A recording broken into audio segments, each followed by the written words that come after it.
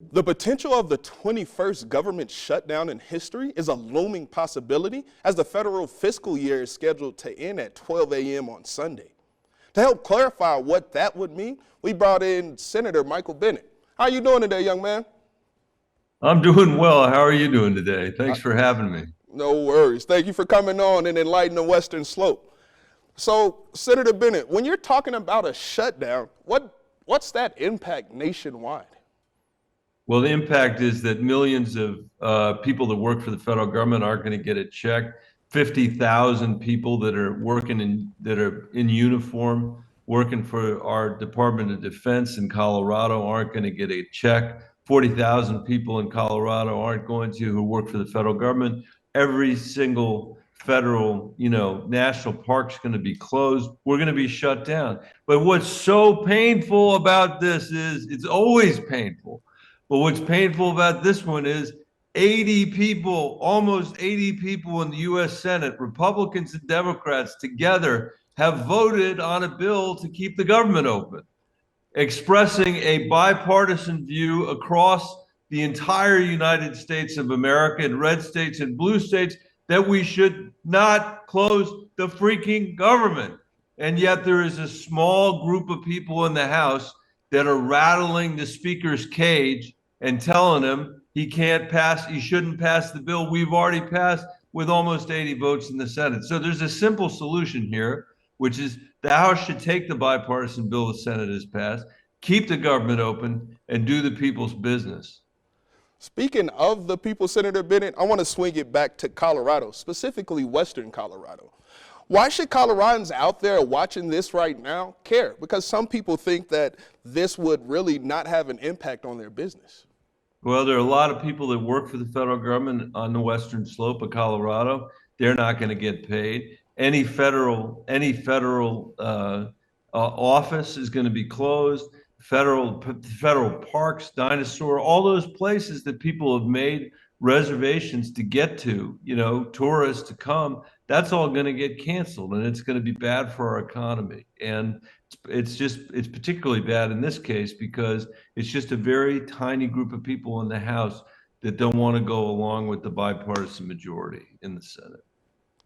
And earlier you mentioned that it was a bill bill that is passed to make sure lawmakers stay in House. Can you elaborate more on how that can help prevent future shutdowns? Well, future shutdowns, I think we'll have to deal with those when they come. But I'll tell you, I've been through two of these shutdowns, and it has never, ever turned out well for the people who shut the government down because the American people have no patience for this foolishness. 10 years ago, when they shut the government down, we had floods in Colorado, and the places like Lyons and Jamestown looked like bombs had gone off. And in Colorado, people were mucking out their basements. They were helping their neighbors push their cars out of the mud. They were helping rebuild their communities. 10 years later, we've built those communities back stronger than they were. And these knuckleheads are now trying to shut the government down again, just like they did when we were trying to get out of those floods. And I wish we could get past this so there aren't future shutdowns. The American people don't like this, and it's for good reason. Democracies are not supposed to operate this way. You're not supposed to be able to hold the federal government hostage. If you have a viewpoint, get it passed in the House, get it passed in the Senate, but don't bring the federal government to the knees. You can't extort people, and that's what they're trying to do. Which brings me to my next question, Senator Bennet. What can we as American people do, or how can we prevent a future shutdown from happening as citizens? I think just people have to raise their voices and call your members of Congress. You don't need to call me, I'm convinced, but call your members of Congress and tell them, don't shut the government down, and let's work together to deal with the issues that our kids and grandkids actually need us to deal with. Let me tell you something. There are two really important things in this bill that we passed in the Senate. Three. One is keeping the airplanes flying in the United States of America. That's going to be an issue if we shut the government down. Another is the continued support to Ukraine, which has been really important because the people living in free countries all over the world have been inspired by the Ukrainian people's courage and the damage they've done to Putin's army, which nobody would have expected 2 years ago. No one would have ever expected us to be in the position we're in today, or Putin to be in the position we're in today. And yet we're going to turn that off if we don't continue to fund the government. The disaster relief, for all those people. Now, I was talking about disasters in Colorado, but the disasters in Maui, all those people that are burned out of their homes, they're not going to get relief. So we gotta fix this problem, man. I'm telling you, anyway, we got to get this fixed. Senator Bennet, a couple more questions and I'm going to get out your hair. Earlier you Okay. mentioned about, the abundance of national parks that we have here on the Western Slope or in Colorado as a whole. Now, Yeah. with a potential of a government shutdown, as you alluded to, that could be tens of thousands of dollars of revenue loss, not to mention employees' wages. How does that impact operations, future operations? It's terrible. I mean, it's just terrible. It's last time that when they were doing the shutdown in 2013, that was right at peak leaf, season.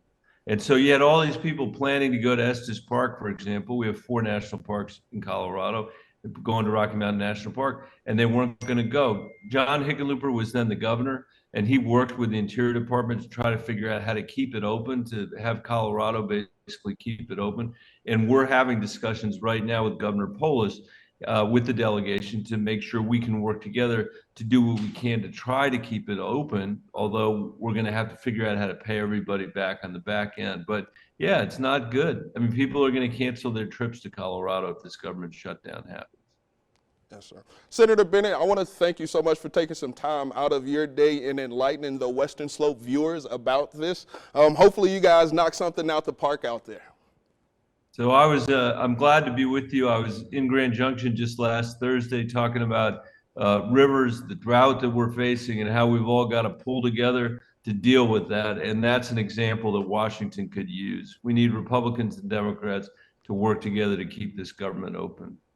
Yes, sir. Perfectly said. And you heard it here first, Western Slope. Stick around. We got a quick commercial break. When we come back, more news on the other side of the break.